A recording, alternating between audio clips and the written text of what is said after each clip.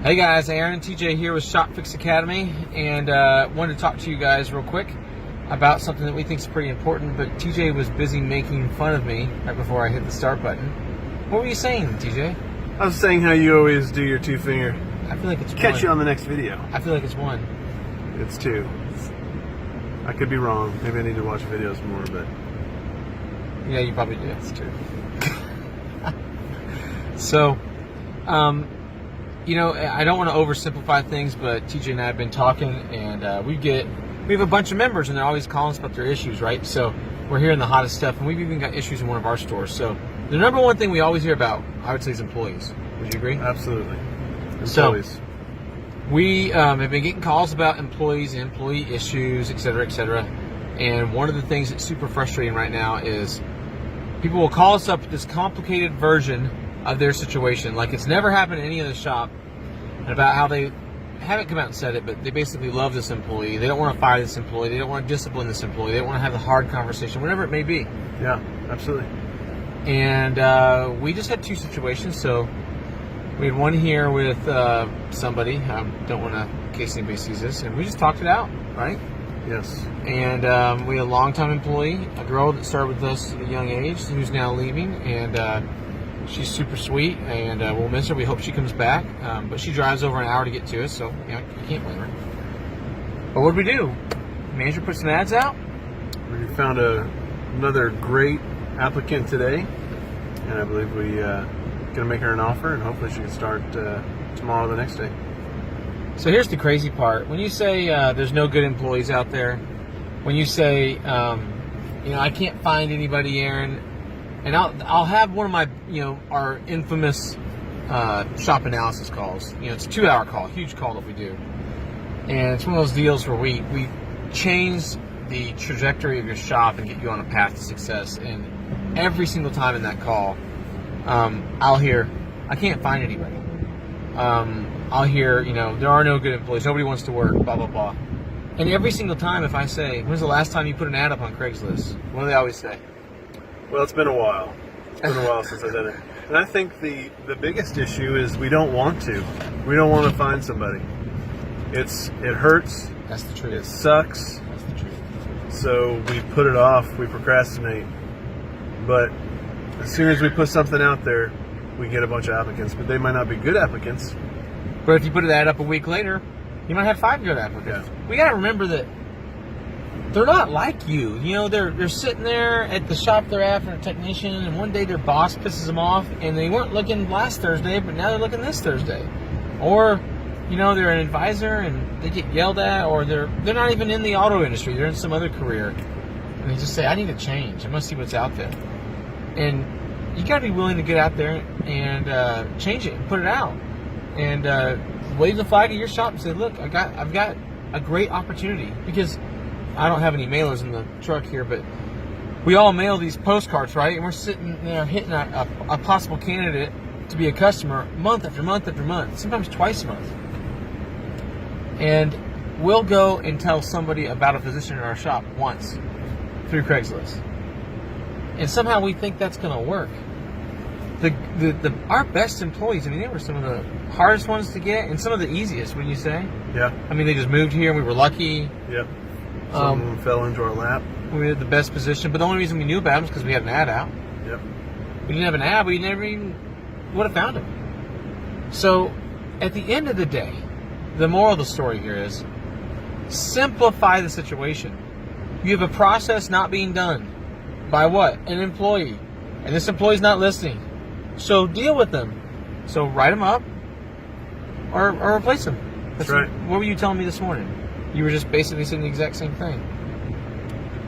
I don't remember what I was telling you this morning. This is where I say something, and then it's tandem, then you say something. I was repeating whatever you told me and agreeing with you.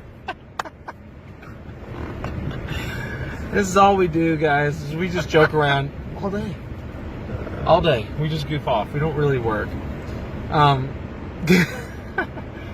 No, I wish that was the case, sadly. I wish that was the case. So, I think that at the end of the day, what we're trying to get across, all jokes aside, is your employees are the key to your next level. Your employees are the keys to your success. You don't need to make it this scary. It's just a person. Go tell them if they suck. Well, yeah, tell nicely. That's where the comforter comes in, as opposed to the bulldog. But drop the hammer. But also just talk to them, figure out what's going on, see if something personal is going on, see if there's something you can help them with. You know, you might be surprised what pops up. You might find some other issue. Sometimes I've found that they're having an issue with another employee who you think's doing great, and so something you can correct. But if you're afraid to have that conversation with that person to get maybe a little personal with them, figure out what you want to do, what you can do to fix it, you have to get over that. And then if you do find an issue, don't procrastinate. Don't be afraid to put an ad up. Start calling people. You know, we thought we had an issue at a store, but it really wasn't. I had put some ads up, but you know what? We're gonna just keep on putting ads up. We're gonna look for the next best talent for our shops, and because we never want to be pigeonholed into thinking that.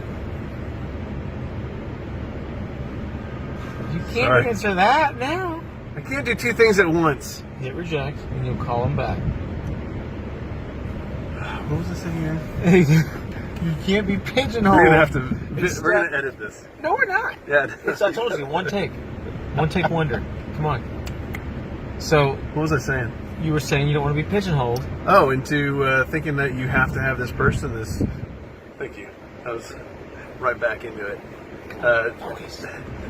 But you have to have this person, and if this person leaves, you're stuck. Yeah. And that's why we get afraid to talk to them. That's why we get afraid to write them up, discipline them. Write-ups don't have to be scary. And trust me, I hate writing people up because I feel like that starts to come into our relationship that we have at the workplace. But, you know, you got to start that off in the beginning. And then as long as you have that next best thing in your back pocket, you never have to be afraid. You got to look forward to just growing your business and making that money at the end of the month. Well, and you were just telling me this morning, you said, if they're not going to do what you want, they're not your guy. That's right. So cast your vision. And here's the other side of that. A lot of people don't cast their vision, and they say, oh, they don't do what I want. Then we'll go interview the employee. TJ might call up the employee and talk to him, and they go, well, they've never told me that before. Of course they haven't. So this doesn't work through psychic powers. I can't inject into TJ. He can't inject into me thoughts. You cannot do that with your employees. And you'd be shocked how many owners out there believe they can do that with their people. So please communicate your vision. Don't be afraid to do one-to-many. Visions are not powerful one-to-one. I mean, they're good. But where visions carry power is in a one-to-many setting where you've got all your team members in a circle and you say, look, we're going to go here and we're going to do this and we're going to make it happen, you know, rah, rah, rah. And if you can do that, what will happen is these people will follow you. That's how you get that I will fall on the sword for you, I'm behind you, boss, whatever you want to do. That's how you get that type of attitude. And if you're not willing to really chase that and put your neck out there as the leader, it's not going to happen. And I had to reject somebody's phone call, sorry. So it's not going to happen. So I just want to encourage everybody out there to cast your vision. Make sure it's clear, they understand it. And then, if they don't catch the vision, cut them. Move on. Replace. Peace out. No, that was cut. Cut. Cutting. Yeah, that's fat scissors. Fat scissors. Yeah. They're a little chunky. No burgers! No cheeseburgers! Well, inside joke. Oh man, we might hilarious. have to edit that one out. Yeah, they did. No, I don't. I'd say we leave it. Oh man, that's hilarious. Well, everybody else who doesn't know us and hasn't been to one of our meetings is like, man, these guys are stupid. But if they know us, they're hopefully laughing right now and falling off their seats, and we hopefully made your day happier and got you motivated and going in a good direction. Made you think, wow, this is a little easier than I thought. Because at the end of the day, it doesn't have to be as complicated and as difficult in your mind. It can be a lot more simpler. A lot more simpler. I probably said it. A lot more simple. Simple would be the proper. And you were texting your phone and you distracted me. I'm working. I'm trying to keep your companies going. Oh, yeah, that's true. Keep doing that. All right, guys. So we will see you. I did use 2 fingers. See you next time. Dang it. Karate chop. Wait a minute. Hey, who's right?